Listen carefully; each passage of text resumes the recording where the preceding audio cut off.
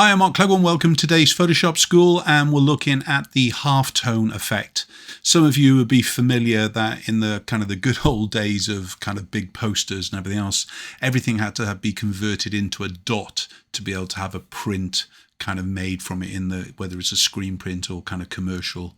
And even some ads, they used to have a halftone effect actually put in for the likes of Yellow Pages or into magazines and so on. They broke up the colors. Today we're looking at how we can convert it for the likes of a retro poster effect, if that's what you want to do with it. And it's a great way to actually recover an image like this one that basically is shot unsharp, but I still think it's very cool. So what is the halftone effect? If I slide this just across, you'll basically now see that we've got the dots beginning to appear. Okay, so we're going to convert it from a color image. We're going to apply first of all a bitmap, and then we're actually going to create the halftone smart object. So it's a little bit more kind of control that you have within the image, like we're seeing here. So without delay, let's restart this image and we'll get going with today's technique. So if you go into File and then just Revert, that will kind of turn the image back to as opened up. Now, obviously, you've got an option whether you want to be cropping in or whatever it is. I'm just going to work directly onto the image. So just to show you how simple it is, if I click onto the halftone bitmap for a minute, you'll see how quick it is to apply. But this is going to give us a good result, but not a great result, okay? But let's look at that technique first. So if I press the F12 key, that will reset it. So I'm going to go up into image mode and then turn it into a grayscale. The reason we need to go to grayscale is that until we kind of turn it into grayscale, bitmap is grayed out here. So turn it into grayscale and discard. And then I'm just going to go into image mode, and now I'm going to go into the bitmap. So once I click onto bitmap, we've got some options to choose. I'm not going to change the output level at all. You can lower it if you want. But I want to kind of make sure that the method I'm going to use is the halftone screen. There's other patterns and kind of other things that you can play around with, even uploading your own patterns to work in a similar way, but we'll work in halftone. Press OK to that, and then all we need is a frequency of 1, angle of 0, and we need to make sure that the shape is in round. Press an OK. And then technically our image is done. But of course, if you want to go to print with this image, whether you're printing yourself or going out to a lab, you're going to have to get an RGB or a grayscale image back again. So to do that, you simply just go up into image mode, convert it back into grayscale, making sure that your size is 1:1. So it's just 1 here, pressing OK. And then you can go into image mode. And if you want to turn it back into the likes of an RGB color, and in fact that's what's built into the action, is kind of putting it back into this mode.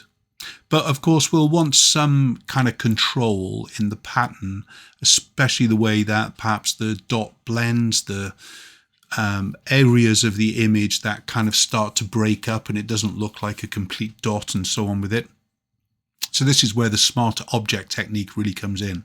So if I press F12 to reset the image once more, and we're going to look at the halftone smart object technique. If I click onto that to begin with, we'll look at the layer stack and see what's involved. So you can see if we start off with an original, and basically the original is going to be converted into a smart object, whether at the beginning or later on. We're going to turn it into a black and white by an adjustment layer. We're going to create a color fill layer of gray, and then basically fill it with a filter gallery, the halftone effect from the sketch kind of drop down. We're also going to apply a slight Gaussian blur to that. Above this layer, we're going to create a levels, and we're also going to have a threshold. So as far as the only kind of layer blend mode to worry about is the color fill, and that's going to be turned in a minute to color burn. So let's do this in the step by step. So first things first, I'm going to turn this into a smart object, right click it, convert to smart object. I'm going to use this later on to help with that control of the detail of the hair more. Then we're going to go into the smart the layer adjustment. So we're going to click onto that and we're going to create a solid color. And we just need to fill this in at 50% to give us our gray. Now, before we go into the filter gallery, there's two things we want to do. It's first of all, turn this gray solid color, as it were, into a smart object. So I'm going to right click on the gray part of the layer, convert to smart object. And then before I go into the filter gallery, I want to make sure that I've reset my colors here to the default.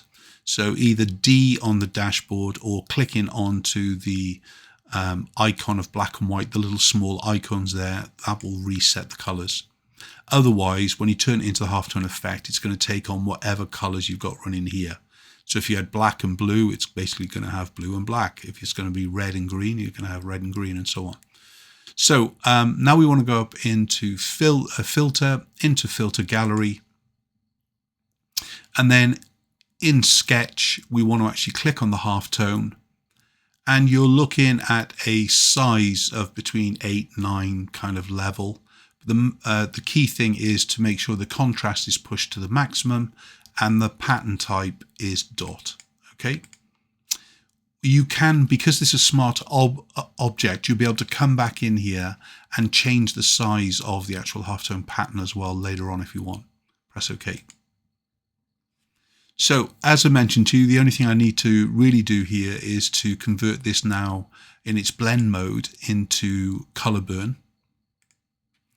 And we've got the effect kind of beginning to work already, as we can see here. Okay. However, we want a black and white image. So a couple of things to do. You can either straight away click back down onto your original layer, click onto the adjustment layer and click onto black and white. And obviously there you can actually choose what kind of black and white that you want. But remember once more that it's a smart object adjustment layer, as it were, so you can kind of change as you're going in. What I actually prefer to do, instead of going into a black and white conversion, you'll know that my favorite technique is you using the color adjustment and clicking into channel mixer. At this point, I find there's more control. So clicking onto monochrome, clicking onto 78, 22, and then 0. Remember, they can add up to 100, no more. And then I can come back into the layers. Okay, so I've set now my black and white image. I've got my filters here, and I've got my color fill. Now, at this stage, you might be tempted to go in and put in a kind of a levels adjustment and so on with it. I am going to do that, but I'm not going to affect it. I'm only wanting it there in case I want it for later on. And this levels adjustment layer can either stay above the halftone effect or it can be moved down towards the image itself. But it can just stay as it is for now. It's neutral. The key one, though, in the adjustment here is going to be back down to the layer adjustment, and we're looking for threshold. And then all we need to do is push the slider down to 1, or you can type it in here, and that's basically our effect. Now, this is where you're thinking, hang on a minute, it's all kind of gone a bit weird. This isn't the effect that we want and so on with it.